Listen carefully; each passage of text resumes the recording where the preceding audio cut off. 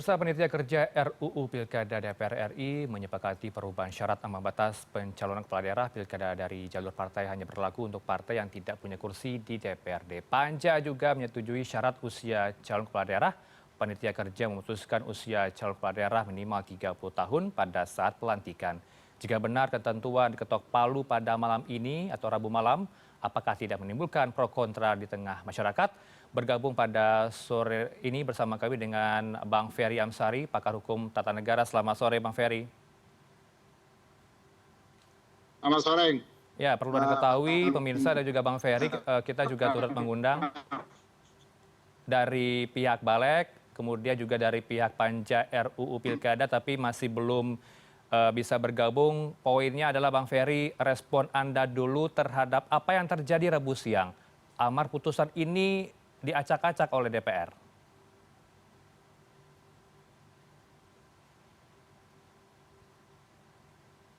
Bang Ferry. Ya, pertama, sepemahaman pengetahuan saya, tugas memperbaiki, ya, halo? Ya, silakan. Tugas memperbaiki undang-undang itu adalah tugas putusan Mahkamah Konstitusi.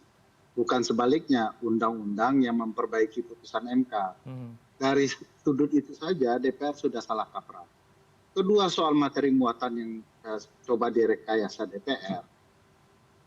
Jelas di dalam amar putusan 60 dan 70, itu eksplisit dijelaskan. Misalnya soal syarat pengajuan calon. Mahkamah Konstitusi itu menghapuskan 2 metode ambang batas dengan 1 modifikasi. 1, Mahkamah menghapuskan ambang batas pencalonan berbasis jumlah kursi, 20% itu dihapus sama sekali. Kedua, dilakukan modifikasi ambang batas berdasarkan suara sah di Pileg kemarin dimodifikasi berbasis jumlah penduduk.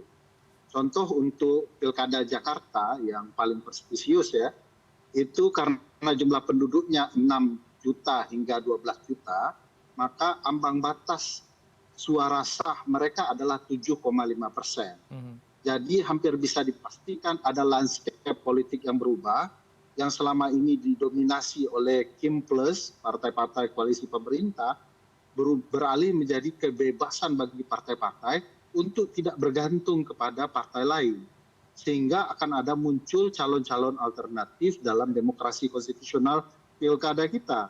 Ini yang mengkhawatirkan Kim Plus, karena itu akan menyebabkan keretakan koalisi mereka karena partai-partai akan berupaya mandiri.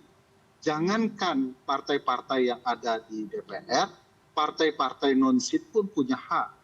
Partai-partai yang selama ini direkayasa secara politik, diasingkan sendiri sehingga tidak punya perahu untuk mengajukan calon, juga bisa. Jadi putusan ini sangat-sangat monumental. Aneh kalau mereka menafsirkan hanya partai non-sit, padahal di putusan itu eksplisit partai atau gabungan partai politik yang memiliki syarat yang sebagaimana saya jelaskan tadi.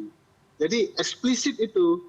Nah, ini kan cuma rekayasa yang dibuat-buat membenar-benarkan apa yang mereka lakukan, perbuatan mereka itu jelas melanggar konstitusi. Bahkan kalau kita mau memperhatikan, tiba-tiba di putusan 70 DPR mengabaikan. Jadi syarat usia katanya putusan Mahkamah Agung.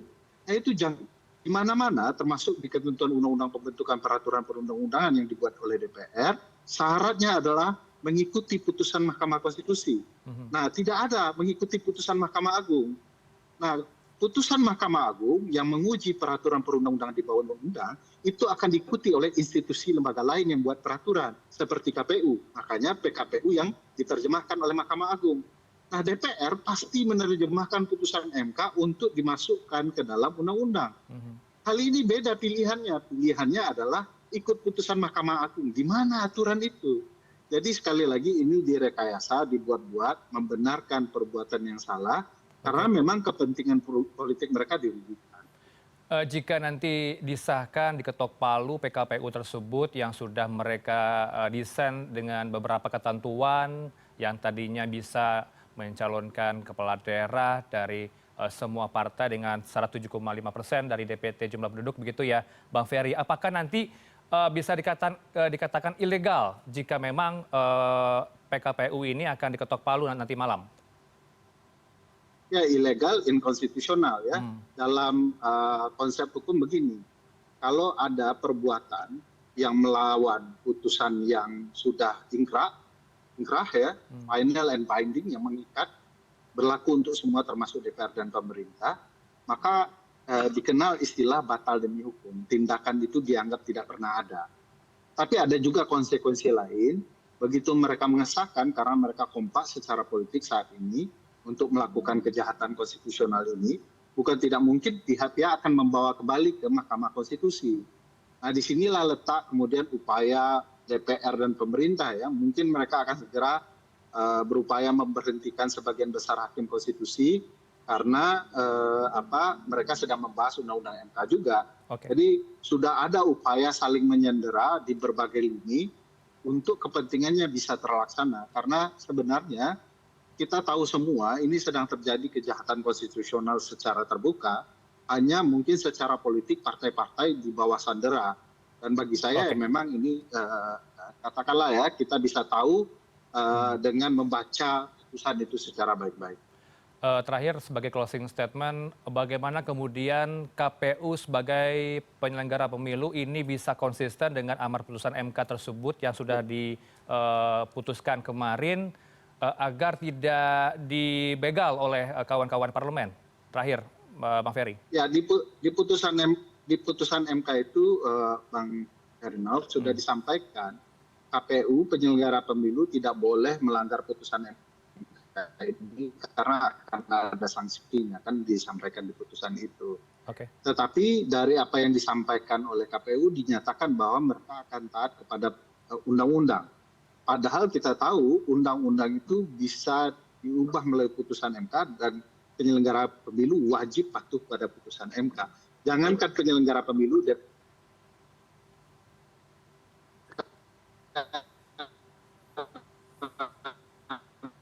pemerintah wajib juga karena